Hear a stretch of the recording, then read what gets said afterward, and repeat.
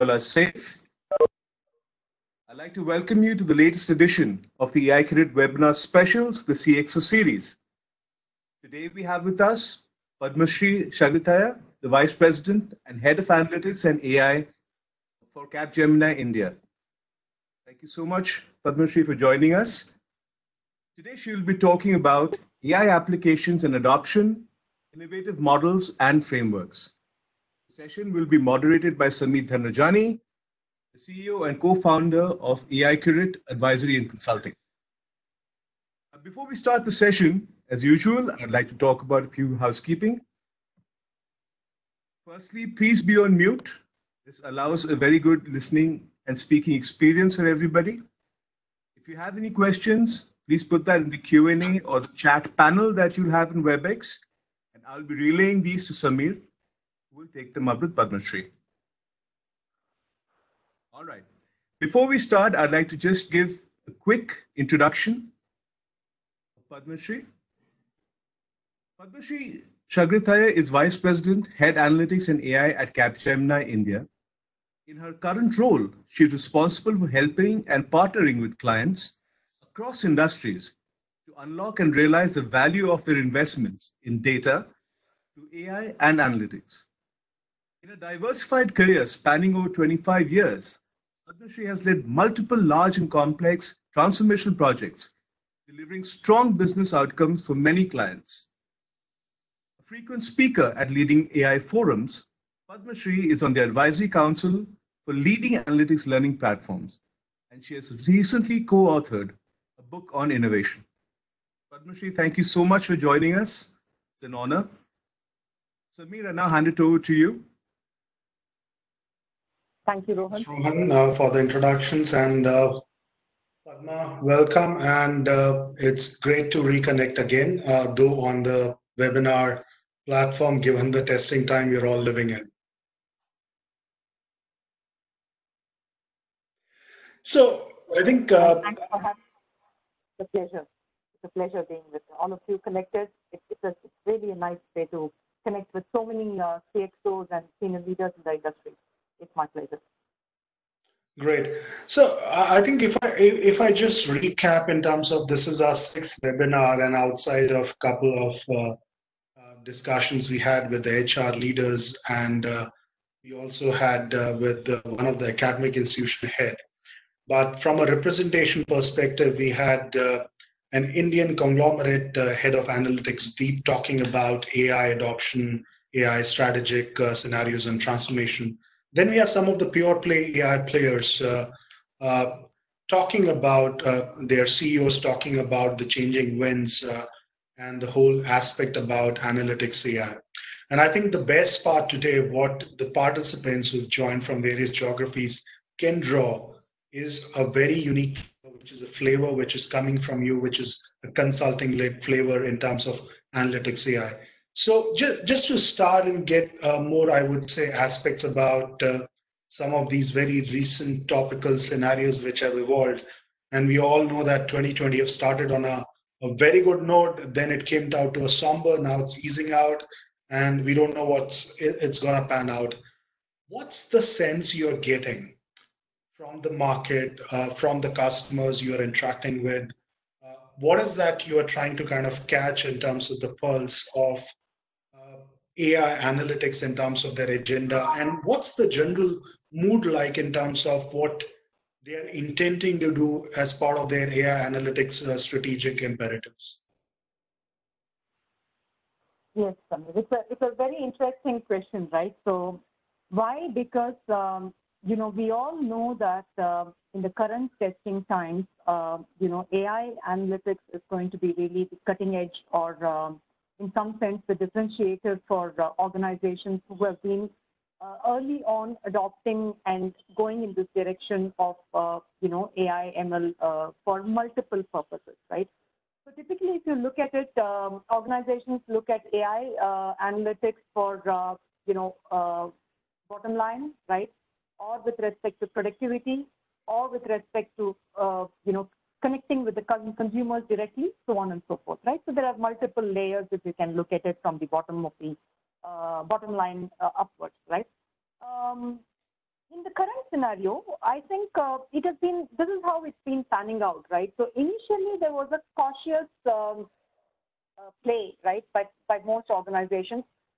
Rather, it was very, they were still optimistic, right? So there was the thought of, how long was this going to continue wasn't there in anybody's mind.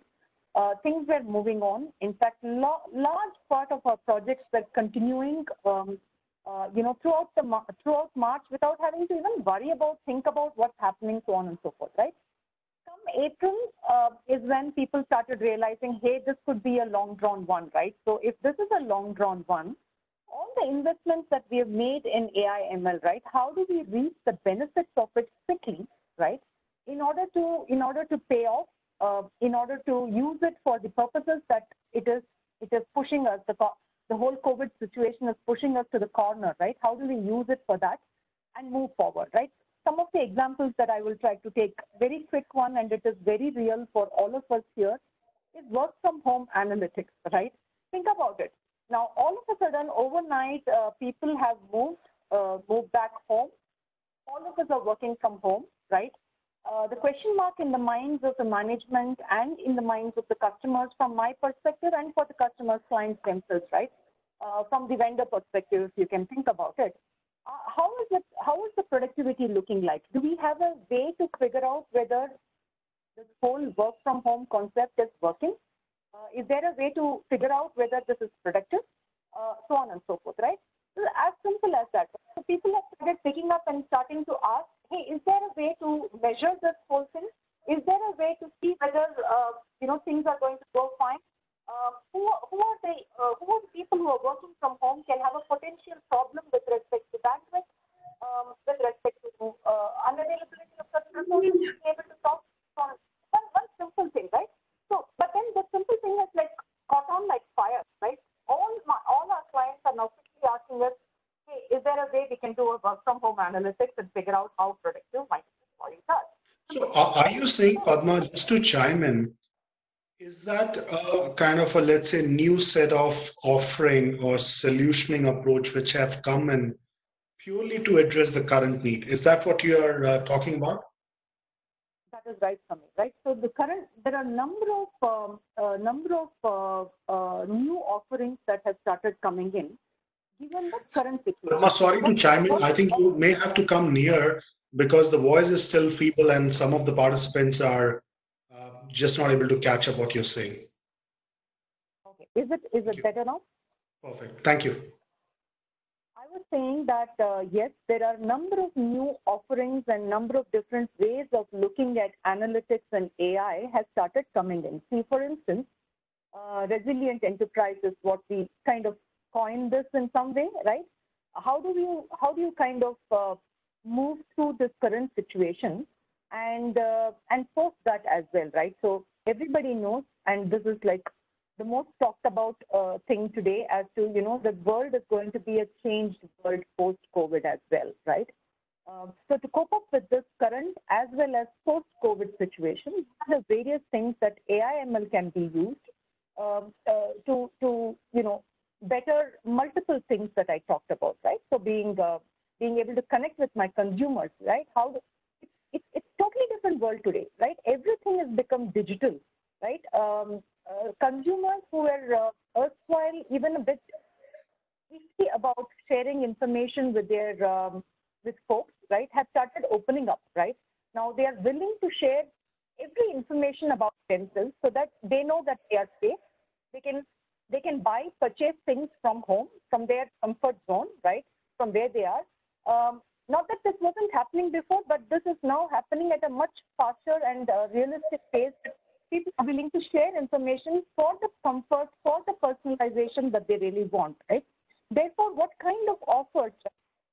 How do I completely rejig my reaching to my customers, which was erstwhile in a more mixed method, now it's going to more and more moving towards the digital mode, right? How do I do that more? So, such like everything, be it the customer level of thinking, the client or the consumer side of the world, be it the productivity or my own employee side of the world, or be it my own supply chain. So we can talk enough about supply chain as well. there's a huge rejig that is going to happen, and which all of us know again, with respect to how have you been procuring, where have you been procuring your stuff, and how do I route my stuff, right, in the current world and post-COVID world, right? And that's going to be drastically changing, right? So what do you really do today to use AI, ML to be able to rejig the whole supply chain, for instance, right? So new offerings are out there, and even our clients are continually now starting to ask these questions with respect to, hey, how do I rejig using AI, ML quickly and come up with cloud, right? So that's been the conversation for me. So just as a follow-up, you mentioned a pretty interesting thing about these new offerings, solutions which are coming during this COVID period. Just looping back on this front, there's also one of the noticeable aspect coming from executives, the adopters of AI, that look, the algorithms per se, which have went in and have been deployed and who are supposed to do magic may not be relevant in this period because the variables per se, the assumption per se, have changed. What's your view on that? How organizations who are providing consulting kind of, let's say, players would adapt to this scenario where executives are really now questioning the accuracy, efficacy of the algorithms, and does it require that mass trigger in some terms of change? I just want to take a view on that, please. Good point again, right? So that is the shift I was talking about initially, right? Until March end, people believing that things were going to come back soon into track, right? And continuing with the existing investments on AI ML, right?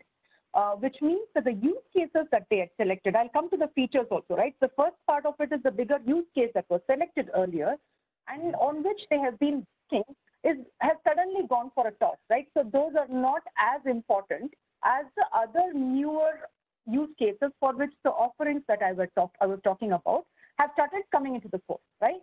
Now, what happens because of this? There is a realignment of all the resources to move from the use case to the newer use cases, which are more relevant as we talk today. That's the first shift that's happening. Now, what's going to happen to the existing ones? I think it'll pick up steam after some time, right? So that's, but then the resources can be moved from here to there, right?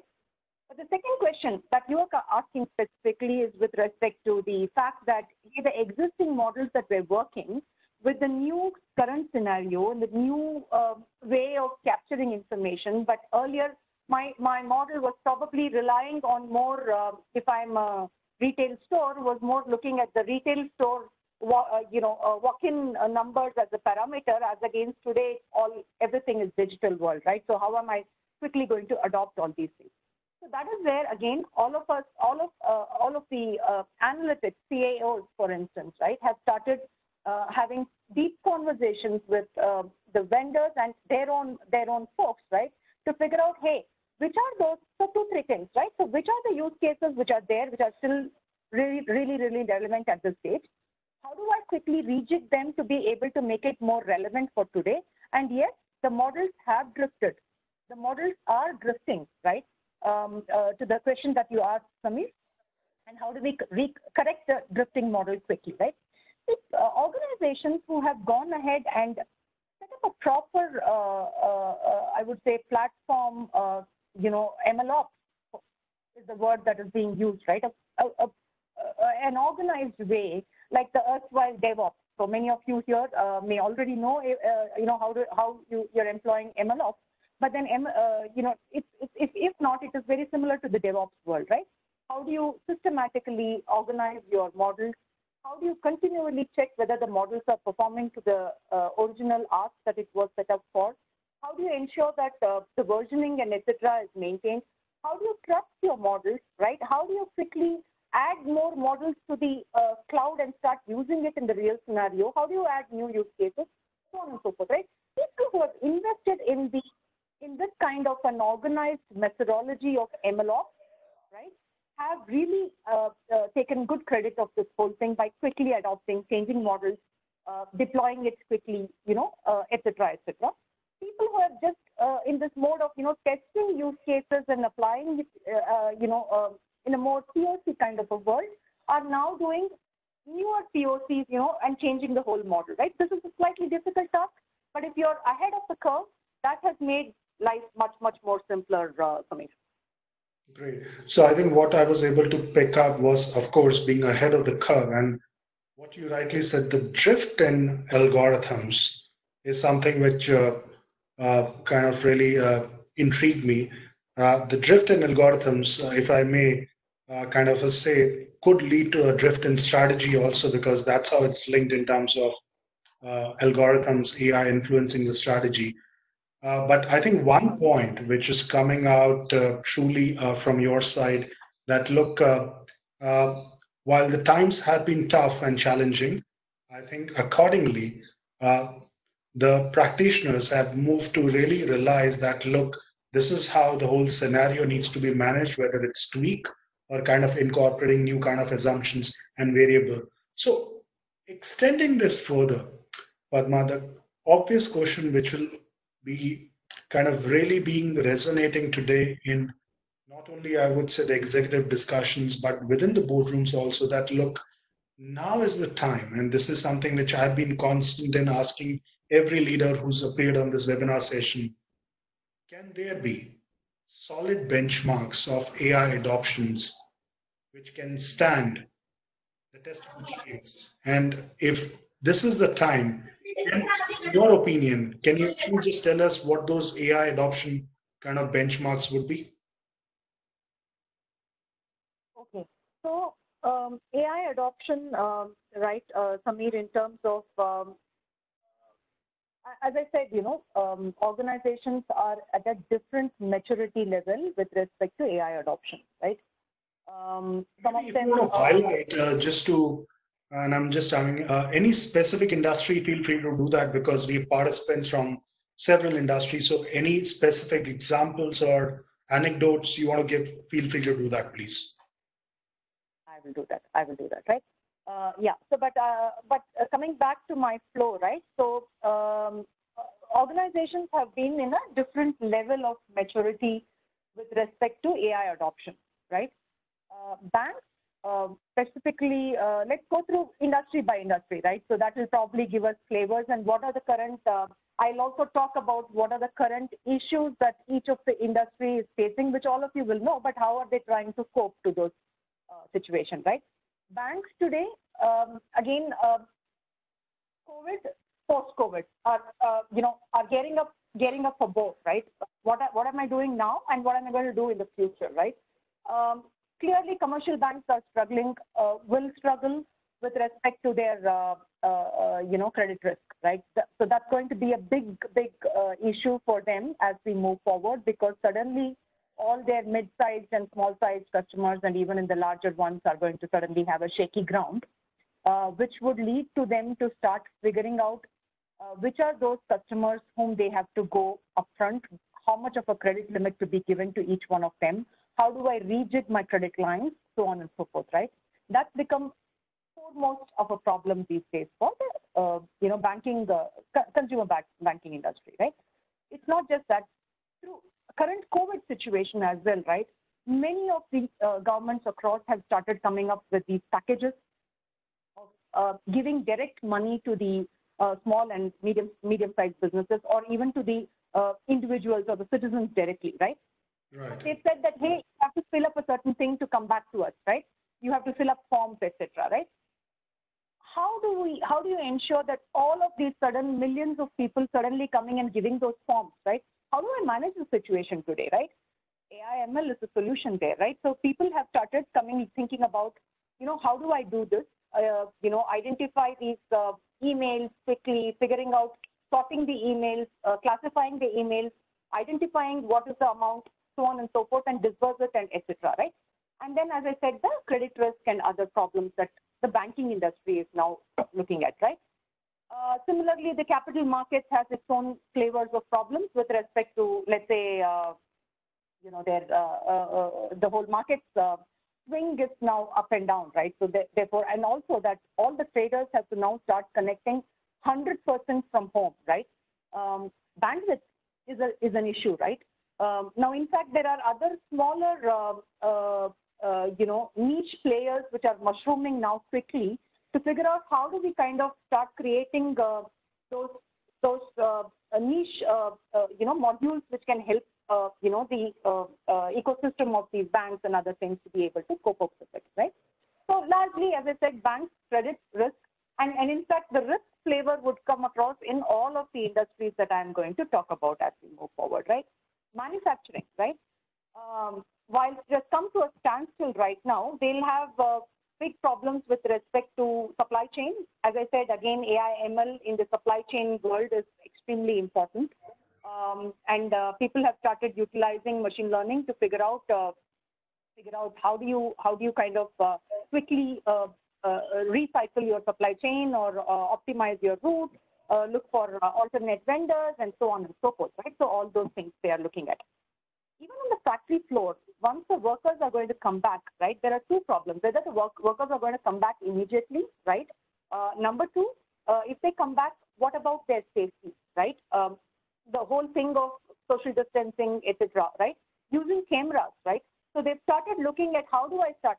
So many industries, right? So the railroads, everybody has now started thinking about how do I use the video stream, right? Because that's going to be, all of the public forum, this thing has started thinking in that direction of using videos for identifying the crowd, for instance, crowd counting, so on and so forth, right? Similarly, safety, where they should not be, how do you look at, manufacturing services are in that mode, right? Looking at things. If you move to, let's say, consumer goods anyways is online, a large part of it, homes over are there, right? They are the benchmark, looping it back to you, Samir, right? Obviously, Amazons and Googles of the world are anyways the benchmark. I don't need to reiterate it. But people who have gone digital, right, and have been able to mine the digital world, right, have been greatly successful. Even in the U.S. industry, for instance, right, let's just take the telecom and the media industry. Obviously, they have to be thriving at this point in time, right? But not all of them are thriving, right? People who've been smart enough to be able to kind of estimate the required bandwidth, who are able to quickly change it, who are able to do large part of personalization, personalized media targets, right? They are much better off, right? So there are in every industry laggards and leaders, right, in terms of AI adoption. And people who have been adopting obviously have been reaping benefits of this whole thing, right? We can take industry by industry, but and then again retail, the online retail stores who can seamlessly shift the offline to online, right, are the ones who have been successful and being able to understand the changed consumer behavior using ML algorithms are the ones who are doing very well, Samir. Sure. So I think it's a good spectrum of industries and the scenarios you provided. And truly speaking, yes, I think, of course, the digital pioneers or the born digital organizations will have that advantage, obviously, in terms of AI coming into the forefront for them. But there is also a scenario, and I'm just trying to shift gears. And I'm also cognizant of the view of the questions which are at a high velocity coming, so we'll park some time for them. This thing around which always bothers me is, even if I look at the set of, I would say, viewpoints we have collectively as practitioners and the folks who've been doing AI consulting for quite some time, there is very high level of discrepancies in terms of how we view situations, how we kind of provide solutions. You mentioned about this AI benchmarking, but invariably it's like an approach which is what I say fits one client, but may not be replicable for other clients. Now, as someone who represents a consulting organization and specifically AI consulting set of engagements and solutions is what you kind of do, and many of them are transformative. Is there a kind of a, let's say, visibility you can provide that, look, there could be a standardization or a benchmarking or a kind of a way where a consulting project from an AI perspective can be delivered irrespective of the domain or the industry segments for the clients. And eventually, we're talking about, which is nothing but Padma, solving the client problem. So, your viewpoints, please, on this. Absolutely. So, Samir, as I said, things are moving towards two things are happening when it comes to AI/ML, right? Moving to the cloud, right?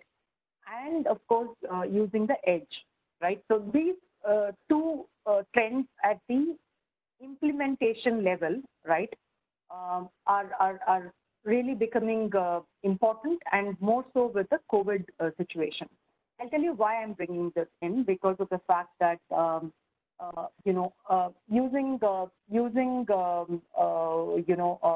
data science workbench of sorts, right, is a key, right? When you start moving into, let's say, each one of them, you talk about AWS cloud, or you talk about Azure cloud, or Google nowadays, right? It's picking up pretty fast, right? So all of them have their own frameworks, right? It makes life easier, right? And therefore it becomes more organized for everybody, right? So that's first. That's at the highest level, right? So moving to the cloud, and even today, as given that all of us are working from home and etc., therefore cloud is picking up big time. That's number one. The second thing I talked about is that edge, right? And all of these have very good frameworks. I'm coming to that framework aspect of it, right? Now, I talked about the cameras, right? So a camera which is set up has multiple asks today than just of recording the situation that is happening, right? So think about it. The camera has to now count the people. The camera has to identify the path of the person walking around. The camera has to, identify objects that are moving from one place to another and whatnot, right? All of these have to be done. And today we are still in the narrow AI world, right? So we are not in the general AI algorithms which can do anything and everything. We are still narrow AI, right? So for edge is becoming important. Why am I telling all these things? There are frameworks available. Like, for instance, if you're talking about the ML framework, TensorFlow gives you fantastic frameworks to work on, right? So therefore, the benchmark organizations, right, who have really implemented AI ML pretty well, number one, have a good platform for data pipelines, to plumbing in the data pipelines, to storing of them, to use of ML AI, through the workbench, right, to cataloging, ensuring that there is trust involved in it, right? So there is a fair amount of and given the current scenario, there is a need that all the algorithms that we build is trustworthy, right? So that's a big question. And in fact, you talk to any ML AI practitioner, they will be today talking about trust big time. And there are frameworks available for how do you create a trustworthy ML this thing, right? Therefore, the ask, right? So many organizations have now ensured. Now, earlier in the erstwhile days, there were only banks who were doing this model validation as a service, right? They used to, all those credit risk models that went into the production was being validated by an independent organization. That Big Six became very big at that time because of this, right? But similar kind of have started coming for all organizations, be it retail, CPG, manufacturing, everybody now. Because of the drift that we talked about in the beginning as well, right? It has now become absolutely imperative today to be able to have a proper mechanism of ML ops through which you view all these things, you check the biases, you check the spread of your data, you check the any drifts that are happening in the data, so on and so forth, right? You have to do your hyperparameter training quite often, right? So how do you ensure all these things, right? There are enough and more frameworks and methodologies that have come in. If you're on existing cloud infrastructures, then they give it themselves. Or there are enough of them, TensorFlow is largely open source as well, and Python as well, right? So we have, and your service providers will be able to also give you such kind of a clear mechanism to create trustworthy algorithms. right? So that's So, what Padma, if I may chime in, linking to what you're saying, and there is also one of the question which has come in and trying to infuse. Often, the process of AI adoption and application is piecemeal. We've seen and encountered various scenarios where the clients are saying, okay, do this project first, do this engagement, and then move on to the incremental. Is there a way, or is there a model by which we are talking about seemingly creating a strategic view of the organization and then linking AI to solve all those strategic imperatives, what you talk about, and then saying, look, this is how the holy grail of organizational effectiveness and mission and let's say KRAs are achieved. Is that something which you kind of see coming in the time to come? Are there any kind of, let's say, uh, ways by which it can be accelerated, or you believe it's completely off the whack? No, Samir, there is enough and more work that's happening with respect to ensuring that all these things are done in a methodical fashion as we talk today, right? All that stuff that I was just talking about, right, is towards that. So if you are, now no organization is thinking about data strategy, right? Everybody is now looking at, when even if they're calling it data strategy, it is basically analytics and AI strategy, right? How do you ensure that you are able to deploy AI ML algorithms, which is already at the, per organization, if you're looking, it's already at a 100, 150 level for a early adopter, I would say, not even a, medium term or whatever. Early adopter is already running with, thousands of models today, right? So there has to be a method to this madness, right? If there isn't, then you're actually not reaping the benefits of the investments that you've made, the POCs that you've done, right? Therefore, there has to be, so that is where the whole thing of, having a chief analytics officer that could come in any form, right? CIO taking that role, or, someone else, the digital head taking that role or something or other.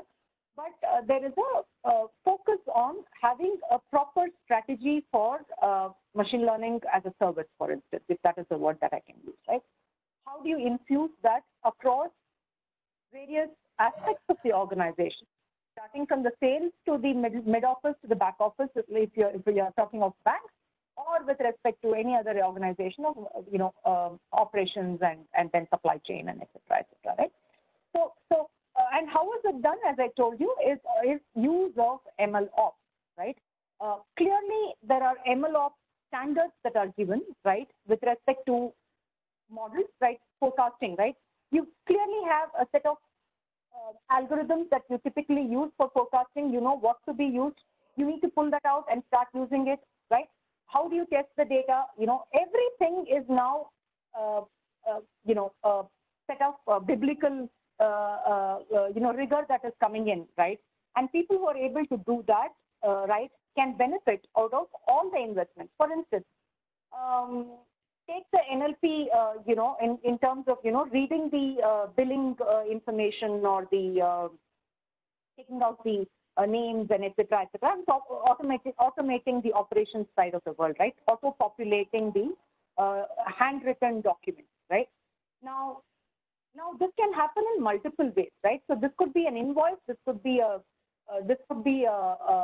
vendor document, it could be anything else, right? A PO or anything else, right? If you're going to create algorithms, now currently what's happening is every department, right? The vendor management unit is creating an algorithm to automatically pull out this information from the PO and populating it. You go to the sales head, he or she says, hey, I have an algorithm which pulls out the information from the invoice, auto-populate, right? And this is just a very simple example I'm taking, but this is, if you can imagine it across, right? What's the point, right? At the end of the day, you're actually pulling in information of name, the supplier name, the company organization name, a bunch of entities that you're extracting, validating, and moving on, right? So why can't this be sort of reused, right? Or have a synergy in all of these and ensure that we are not spending in both places in different ways, right? workbench, right? You have to have that to say, hey, this use case, this is what we've done. Can I reuse this? And moving on to an API world, right? That's what is happening today, right? It's not going to be any more model developed, report generated, etc., right? It's moving into an API world, containerized, right? So that's becoming the standard, and all of these, as I said, large cloud vendors also gives us the standards to go ahead, and people who practitioners have created all these things, and they do know how to exactly do this and render this something. So also, and you mentioned this point nicely. While all these things have been fairly well accomplished by sophistication of the organizations in terms of their AI maturity or advancement, but there is also a viewpoint, and I'm linking to the question which has also come in, that in the day, what we're talking about, in the times we're talking about, everything is getting prioritized. And one of the question often been asked that, look, if we've been able to accomplish all our AI specific agenda, isn't AI a white elephant for us? Should we be dropping the ball, if I call it like this, and saying, look, yeah, let's do the kind of a lights on AI, which I've really heard, but I'm just coding in front of you, and then drop the strategic agenda of the things what we want to accomplish for AI. Is that something you believe could be the talk within the CXOs as part of rationalizing their investments? At this point in time, you're asking, is it a COVID-related question that you're asking, Samir? Maybe I would say even post-recovery. I mean, and dependent on how we are in terms of the number of months or that tenure, but a question maybe within this particular year itself. Well, I think, no, the ask is more and more algorithms, more and more, models to be built for more and more problem solving, right? So I don't think strategic organizations, and you said rightly, sophisticated organizations are really thinking this as a white elephant, right? In fact, they are trying to see how do we kind of monetize this in the most beneficial manner for the organization, and what is it that one should do to get there is the thinking, right? In fact, many of them are cautious, and they don't even want to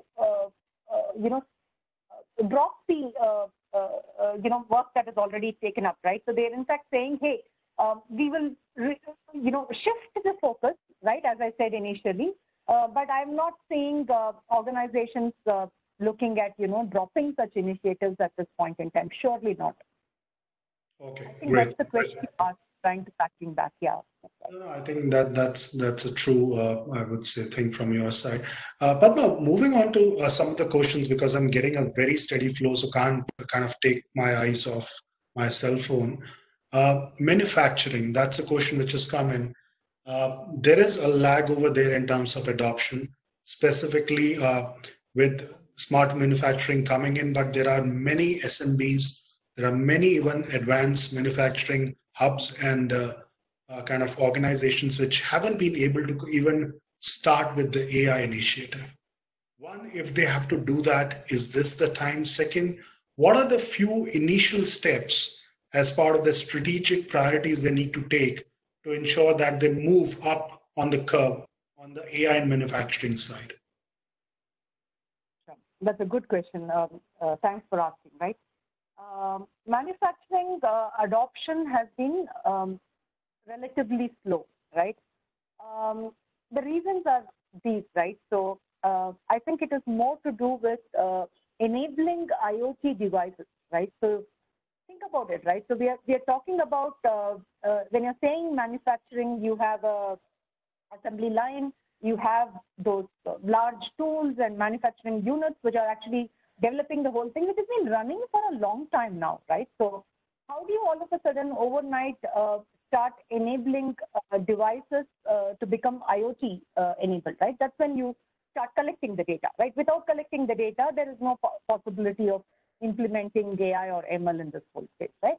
So therefore, what is your alternate, right? So I think, okay, so therefore, I can't name, but then large manufacturers now, as a part of their AI/ML or data strategy, right, have started looking at multiple options of achieving the same outcome that they would otherwise want to do it. Let's take an example, right? If you want to really figure out any of the quality defects on your assembly line, right? One way to do it is to have an IoT-enabled device which automatically collects the data to figure out there is a quality issue, right, or potential quality issue in the assembly line. The other way to look at it is to have a video camera set up somewhere, right, and which starts recording the whole thing, the video, and keep giving the information, and through which you start identifying defects that are coming in, right? So that's one way, right? So people have now started looking at solving the same problem through multiple approaches, right? What are the various other approach I have, alternate? Why like data from the non-obvious sources, what you said, right? That is right, right?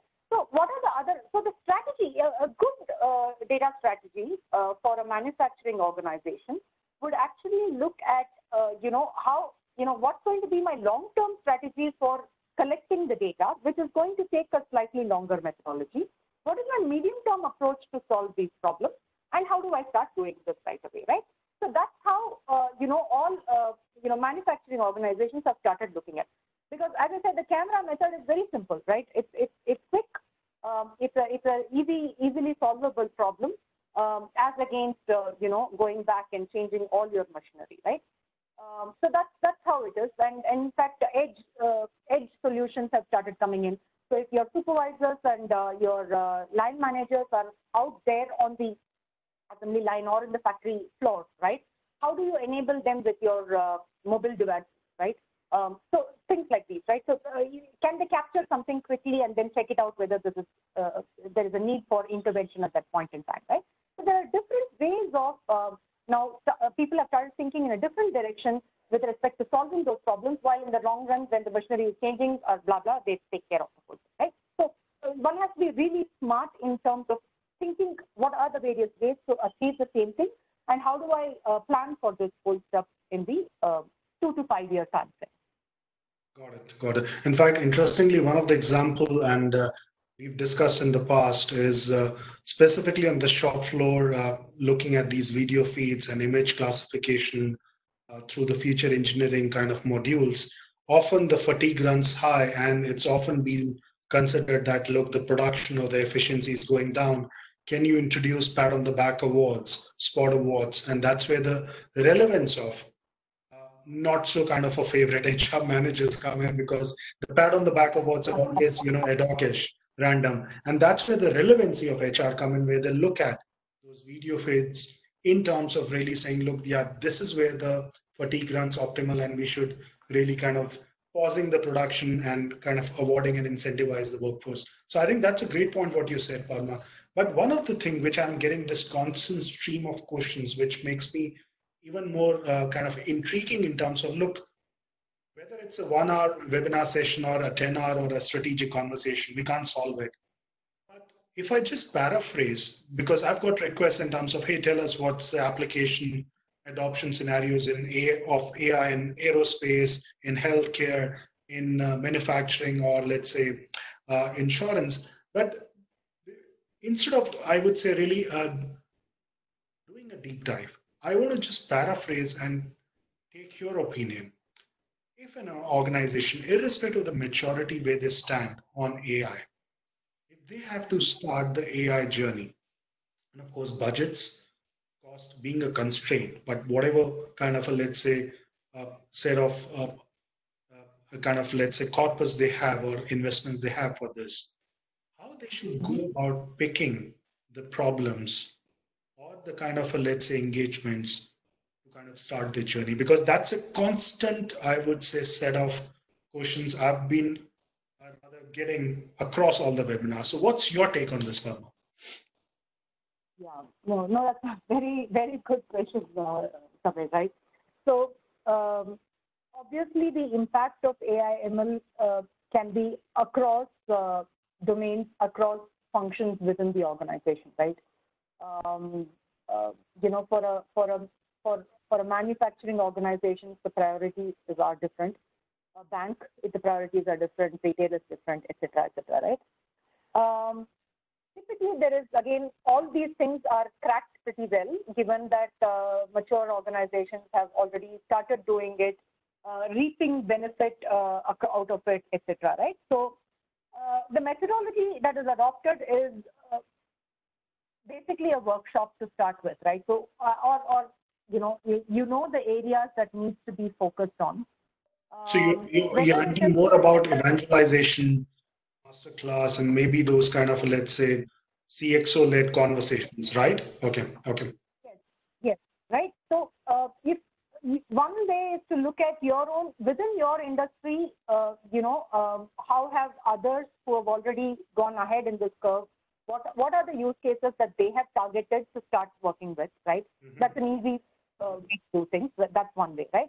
Or you have your partners, etc., who have already done this, so you start looking at those use cases, right? In fact, for every industry, Samir, now industry-wise, function-wise, domain-wise, the potential use cases are already listed, right? It is about how are you going to solve for it for your organization, right? This is your data, which is more important at this point in time. And in fact, if I may chime in, and I'm sorry, but it's linked. There is often this conundrum against, look, I can start with the low-hanging fruits, but I also have large, complex, unresolved problems which I want to solve through AI.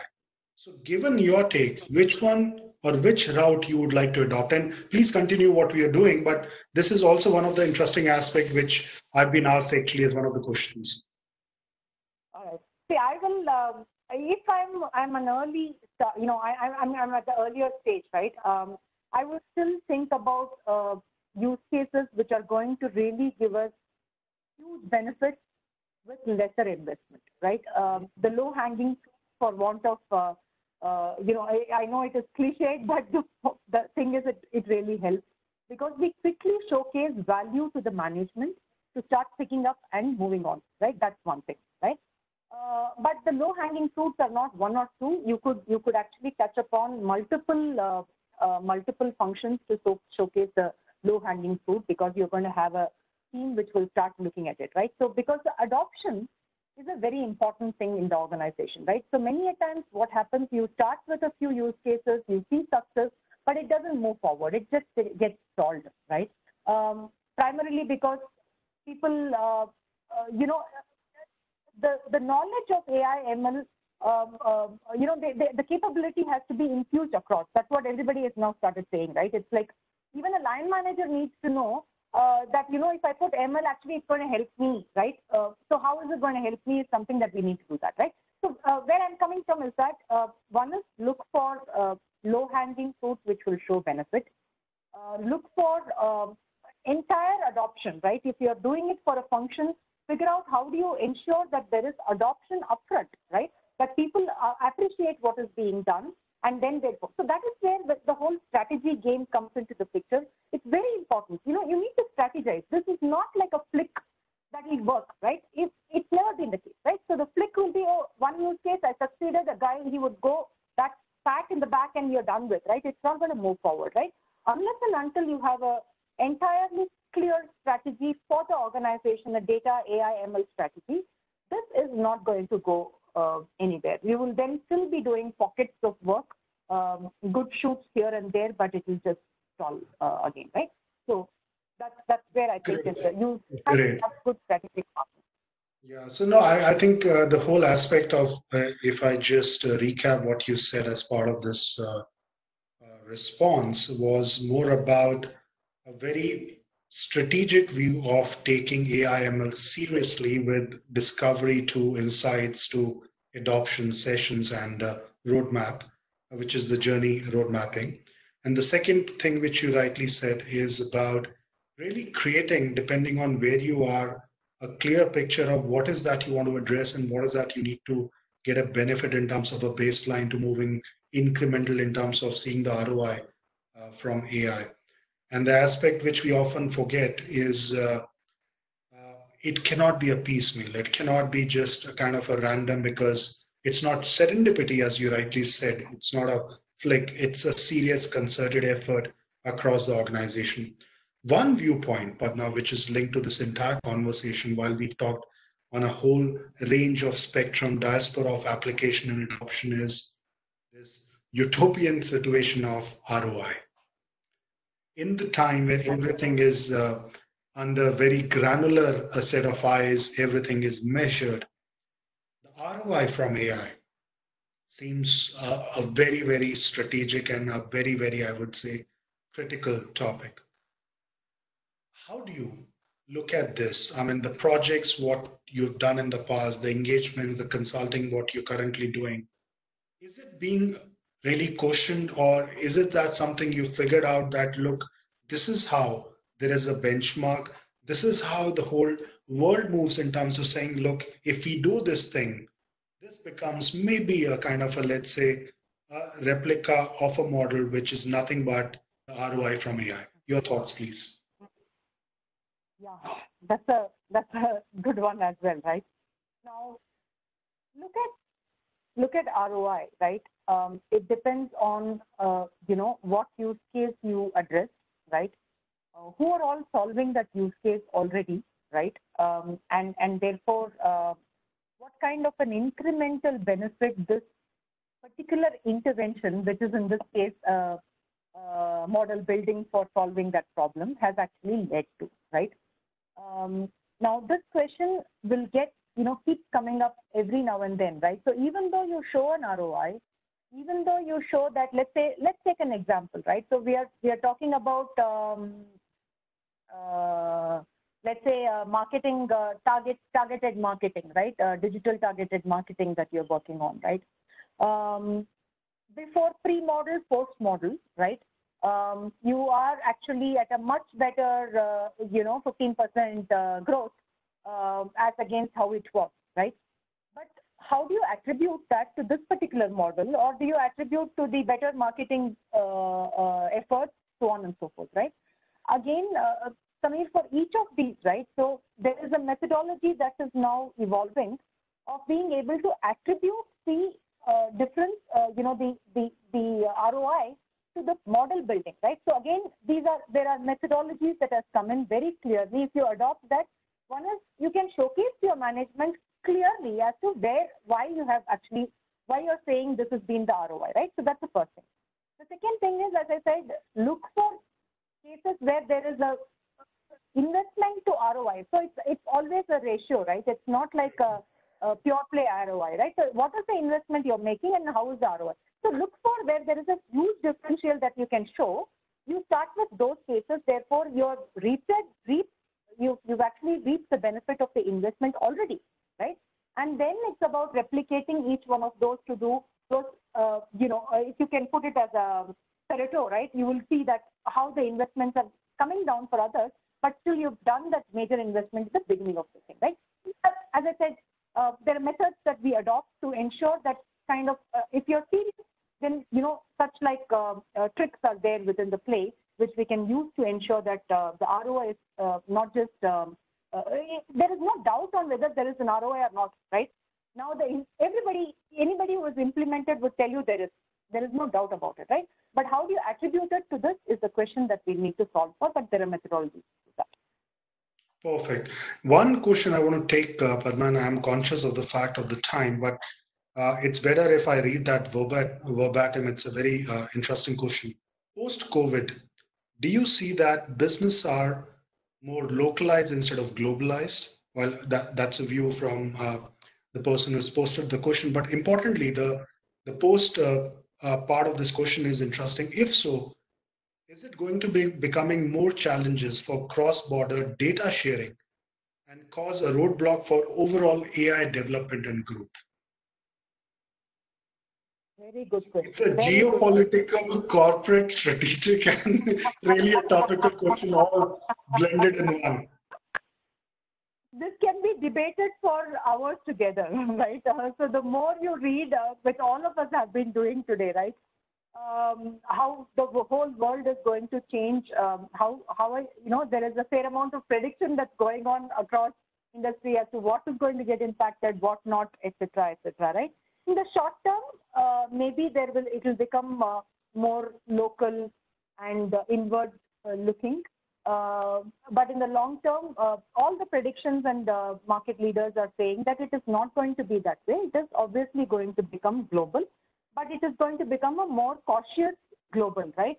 That is where the whole investments in terms of risk analysis, be it in the supply chain, be it in the credit selection, be it in every other space, right?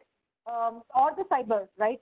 Everything, cyber security, all those things are going to play a role today, right? But nevertheless, Samir, it's not going to happen that everything you can never go back to the world where you're contained within yourself. It's never going to happen, right? Cloud is real. As I said, you can't even work the way you're working today without the cloud existence, right? Now, cloud is going to be across anywhere in the globe, right? Nobody knows, right? But there has to be mechanisms for security, for other things, where AI/ML will play a big role, right? If I can summarize it that way, of selection. Great. Padma, we would have loved to continue, but I'm cognizant of the fact that we are at top of the hour. Must say, the questions are still pouring in, but we have a paucity of time. But what is interesting in terms of really coming out, what you rightly said, one, yes, I mean, it's good to have a viewpoint on AI, but unless you have a crafted AI strategy or a strategy which is your business strategy blended with AI, things will not work far and long. And the second aspect, what you talked about in terms of application and adoption areas in AI for a spectrum of industry holds true, that it's an approach where they have to look in terms of incrementally building that whole foundational to, I would say, advanced layer, and then also ensuring that they see those sidelights in terms of how they impact and the efficacy which is coming. You would have continued the conversation, but the part over there is the time. But thank you so much for your time, and the participants gauging the feedback have really appreciated kind of a thing. And one good part which is coming out, that look, the consulting flavor remains in terms of how really we can be forward looking in terms of gauging the pulse of the client. And maybe this is the period to be more centric towards the customer, more intimate in terms of understanding their concerns, and maybe looking at how do we assuage their concern in the time to come. And AI could be a Trojan horse in terms of doing that. Thank you so much for your time. Really appreciate for being part of this CXO webinar session. Thanks so much. Thanks all the participants. Thank you so much, Samir, and thanks to all the participants. It was great interacting with you. It's a pleasure as always. Thank you. Thank you. Thank you. Thanks, everyone. Thank you. Thanks. Thank you. Bye.